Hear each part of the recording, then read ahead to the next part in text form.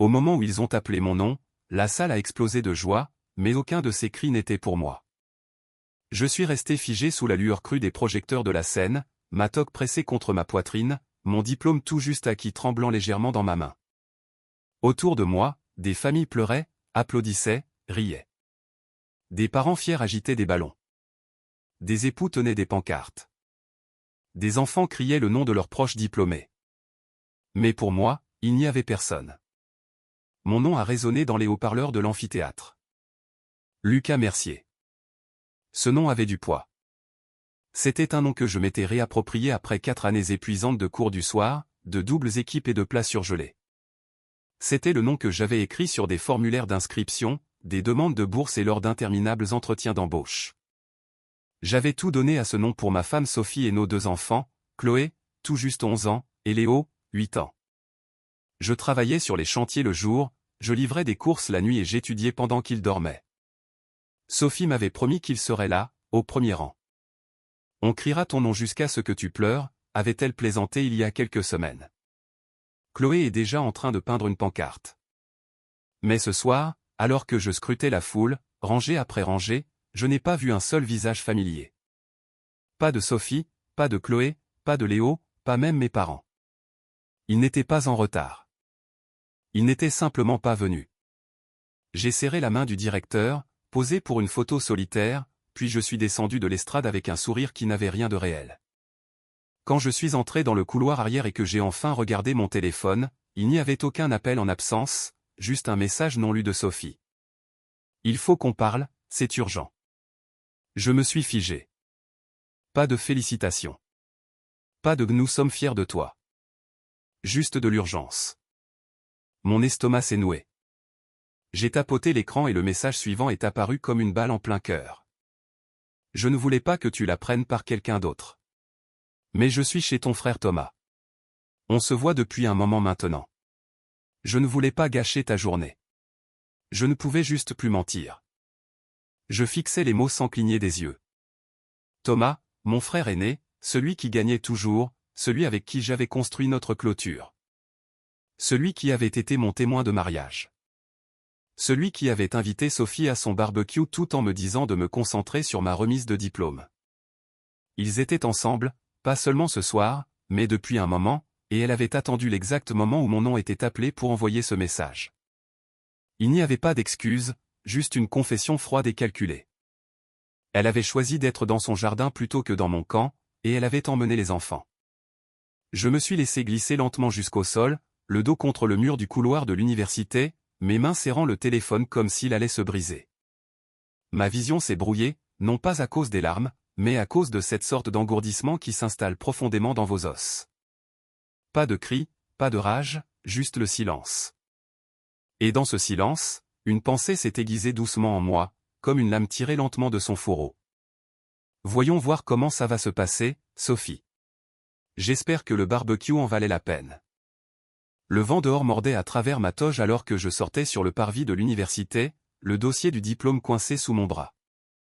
L'air nocturne aurait dû avoir la saveur du triomphe, mais je ne ressentais que le gel.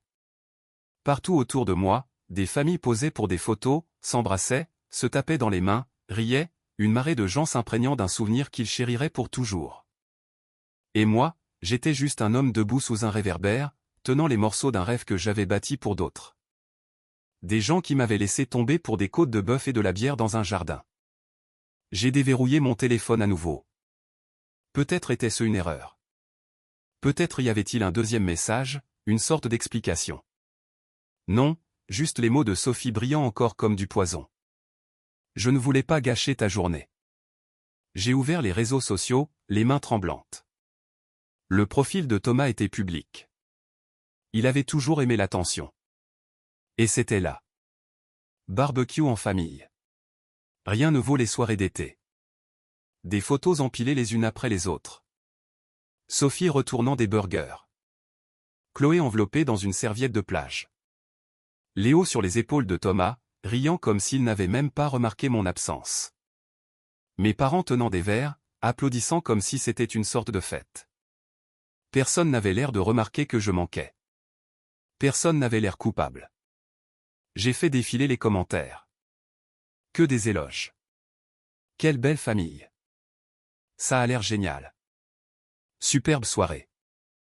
Et puis, juste au milieu, une publication que j'ai failli manquer.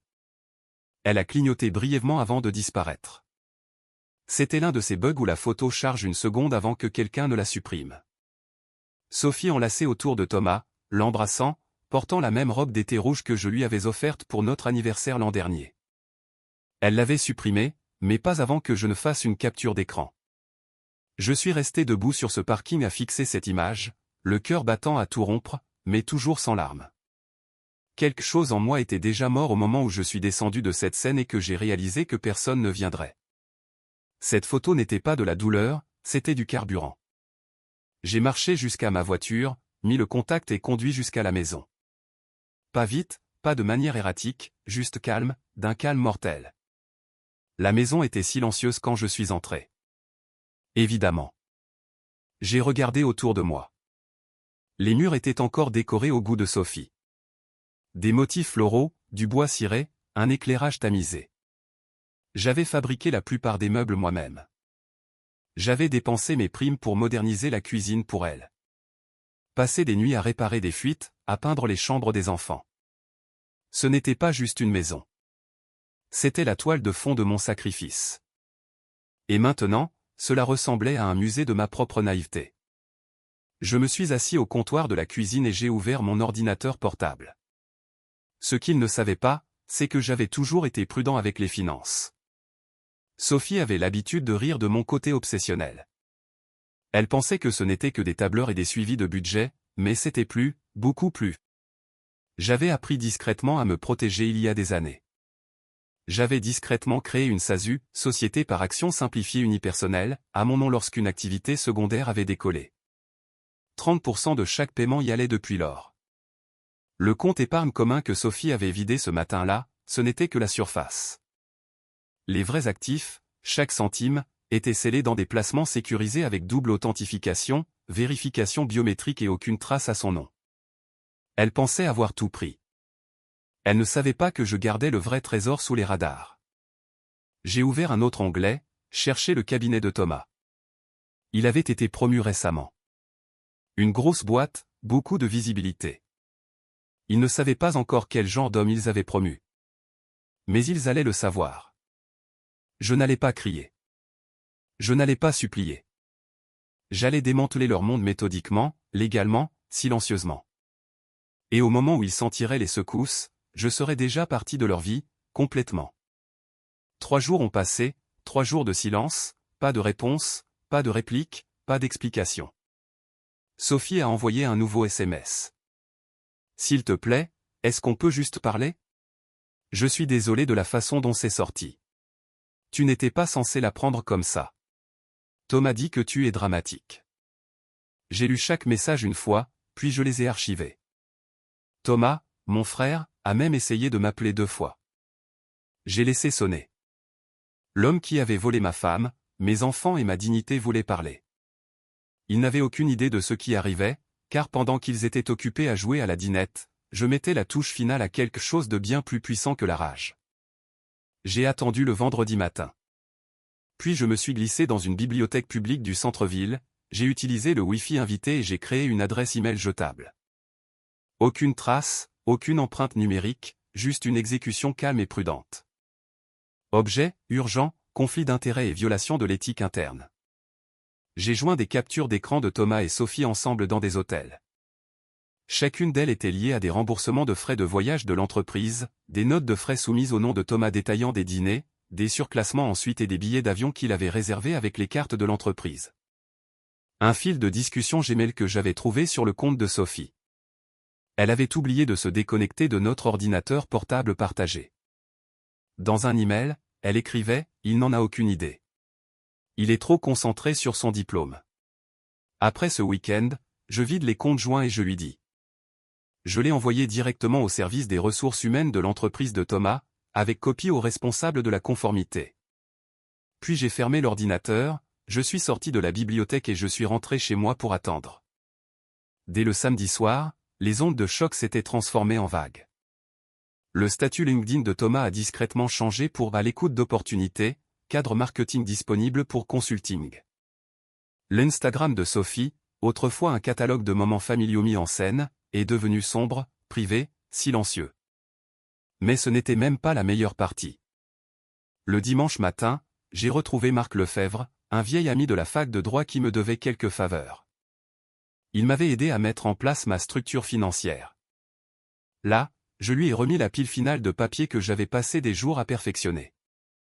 « Tu es absolument sûr de toi ?» a-t-il demandé en posant son café. « Sûr et certain », ai-je dit en faisant glisser les documents notariés vers lui. Elle a fait son choix. Ils l'ont tous les deux fait. Maintenant, je fais le mien. Marc a hoché la tête lentement. « Tu as toujours été le gars que tout le monde sous-estimait. » « Bien, ai-je dit. Laisse-les continuer à me sous-estimer jusqu'à ce que le sol s'effondre sous leurs pieds. J'avais tout prévu. La maison protégée par une clause de remploi de fonds propres. Sophie n'avait jamais lu les petits caractères. Elle pensait que son nom lui donnait la propriété. Ce n'était pas le cas. La société avec les actifs protégés. Mes comptes retraite intacts et légalement isolés. Les captures d'écran de l'abandon, de la négligence émotionnelle et des arguments pour la garde des enfants.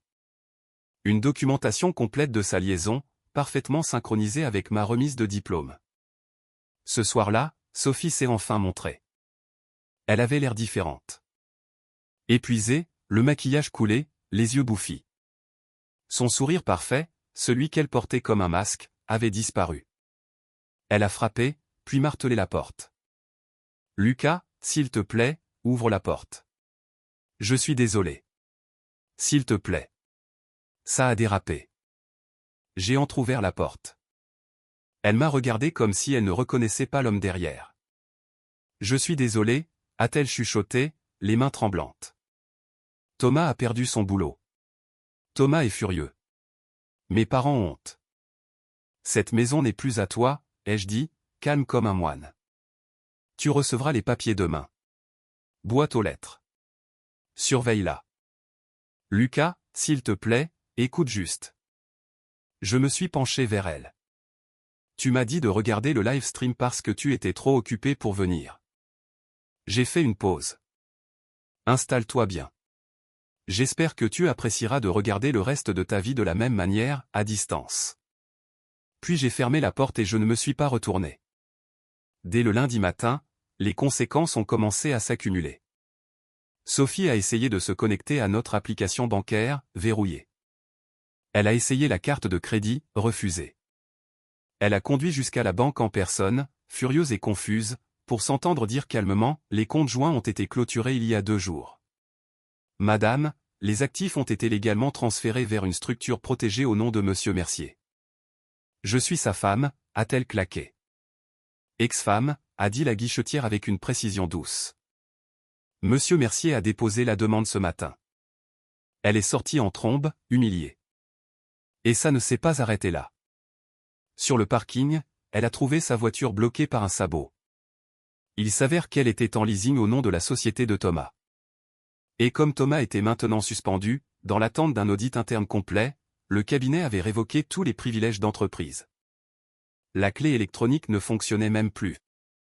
Elle s'est assise sur le trottoir en appelant Thomas encore et encore.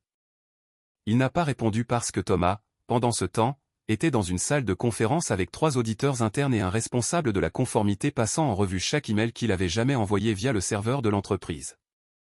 Je le savais parce que j'avais reçu un tuyau anonyme de quelqu'un à l'intérieur de sa boîte. Quelqu'un avec qui j'avais discrètement pris contact après avoir remarqué qu'il suivait à la fois Thomas et le PDG de l'entreprise sur LinkedIn. Il a suffi d'un déjeuner discret et d'un murmure disant que Thomas était sur la sellette, et il l'était. Ces emails révélaient non seulement la liaison, mais aussi des tentatives de dissimulation de fraude aux notes de frais, l'utilisation du temps et des voyages de l'entreprise pour des affaires personnelles, et même des conseils donnés à Sophie sur la façon de brouiller les pistes. Ce soir-là, mon téléphone a vibré, un numéro masqué.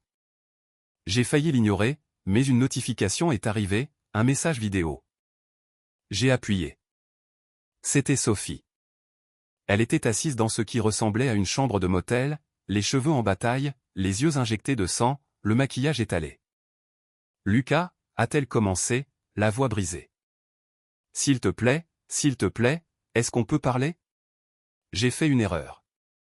Je ne sais même pas pourquoi j'ai fait ça. Il n'est pas celui que je pensais. Je pensais que tu t'en fichais. Mais ce n'était pas le cas, n'est-ce pas? Tu t'en es toujours soucié. Elle s'est tue, fondant en larmes. Je l'ai regardée une fois. Aucune expression. Puis je l'ai transférée à Marc. Pas de réponse, pas de réplique.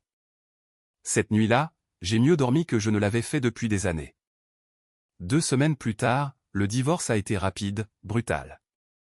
Sophie a perdu la maison, a perdu la garde de Chloé et Léo pour cause d'abandon moral, preuve numérique et témoin confirmant qu'elle ne s'était pas présentée à ma remise de diplôme malgré sa promesse. Mon avocat a déposé des requêtes qu'elle n'a jamais vues venir.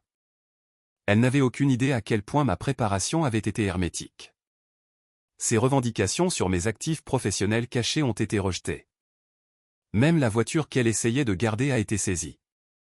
Il s'avère que Thomas avait utilisé les fonds de l'entreprise pour l'apport et la société de leasing avait tout à fait le droit de la reprendre. Thomas, quant à lui, avait de plus gros problèmes. Il faisait maintenant l'objet d'une enquête officielle pour détournement de fonds, abus de biens sociaux et faute éthique. Sa réputation dans le secteur, autrefois sa monnaie la plus précieuse, était en chute libre. Son Instagram, autrefois rempli de costumes de créateurs et de selfies sur les toits, ne montrait plus rien que le silence. Même les selfies de couple puissant avec Sophie avaient été effacés. Sophie a fini par retourner vivre chez sa mère. La même femme qui m'avait dit un jour que je ne serais jamais assez bien pour une fille de sa famille. J'ai reçu une dernière lettre de Sophie. 4 pages écrites à la main. Elle se terminait par ceci: je n'aurais jamais pensé que tu serais capable de ce genre de vengeance. Tu as toujours été le calme. J'ai souri. Elle avait enfin compris. Calme ne veut pas dire faible. Calme veut dire calculateur. Calme veut dire planificateur. Calme veut dire attendre le moment parfait pour frapper. 6 mois ont passé. J'étais de retour dans le même amphithéâtre, mais cette fois pas en tant qu'étudiant. Je me tenais à l'entrée dans un costume sombre taillé sur mesure. Une épinglette argentée sur mon revers accrochait la lumière quand je me tournais. Ma photo prise le soir de ma remise de diplôme était devenue virale. Quelqu'un l'avait capturée. Moi traversant la scène seul, serrant mon diplôme pendant que tous les autres diplômés étaient entourés d'une foule de familles en liesse. La deuxième image qui a fait le buzz à côté, c'était une photo de moi le lendemain matin, debout devant une bannière qui disait « Père laissé pour compte, une fondation pour les hommes oubliés ». Cette image a déclenché quelque chose. Les médias s'en sont emparés. Des podcasts m'ont contacté. Des emails ont afflué d'hommes qui avaient porté silencieusement la douleur d'être négligés, trahis, effacés. Je n'ai pas posté mon histoire. Je n'ai pas déblatéré en ligne. J'ai simplement laissé la réalité se dévoiler. Et la réalité a fait tout le travail. Chloé et Léo sont revenus dans ma vie. Pas parce que je les ai traînés, pas parce que je les ai montés contre leur mère, mais parce qu'ils ont commencé à poser des questions. Et Sophie ne pouvait pas cacher la vérité éternellement. Ils ont vu les photos, les messages, le siège vide à ma remise de diplôme. Ils sont venus me voir un week-end et ne sont jamais repartis. Je n'ai pas fait la fête. Je les ai juste emmenés à l'intérieur, je leur ai fait leur crêpe préférée et je les ai bordés. Quant à Thomas, il faisait face à de multiples procès, au civil et possiblement au pénal. Son droit d'exercer en tant que consultant marketing était suspendu dans l'attente de l'enquête. Chaque cabinet auquel il postulait demandait la même chose: « Êtes-vous le gars des emails ?» Il a déménagé dans une autre région, a supprimé tous ses comptes sociaux. Il a même essayé de contacter mes parents qui, étonnamment, n'ont pas répondu parce qu'ils étaient maintenant trop occupés à me rendre visite. Il s'avère que la trahison n'ébranle pas seulement un mariage. Elle fracture les gens qui la soutenaient. Mes parents, autrefois si convaincus que Thomas était le fort, ont commencé à voir la vérité pièce par pièce. Et ils ne pouvaient pas nier ceux qui restaient debout. Je ne les ai pas accueillis à bras ouverts tout de suite. Je leur ai fait mériter leur place. Parce que la paix ne vient pas des excuses. Elle vient des limites qu'on pose. Épilogue. Je me tenais en coulisses alors que le directeur s'approchait à nouveau de moi, cette fois avec une plaque. Diplômé au parcours atypique de l'année, Lucas Mercier. Derrière moi, un journaliste tenait un micro. Il voulait poser des questions sur le post viral. Lucas, qu'est-ce qui, selon vous, a fait résonner votre histoire avec tant de gens? Je l'ai regardé dans les yeux et j'ai dit, parce que ce n'est pas juste mon histoire. C'est celle de chaque personne qui a tout donné et n'a rien reçu en retour. Jusqu'au jour où ils ont repris leur pouvoir. Silencieusement. Il a hoché la tête, stupéfait. Je me suis dirigé vers le parking, le même endroit où je m'étais tenu autrefois, complètement seul. Mais cette fois, ma fille a couru pour me serrer dans ses bras. Cette fois, mon fils me tenait la main.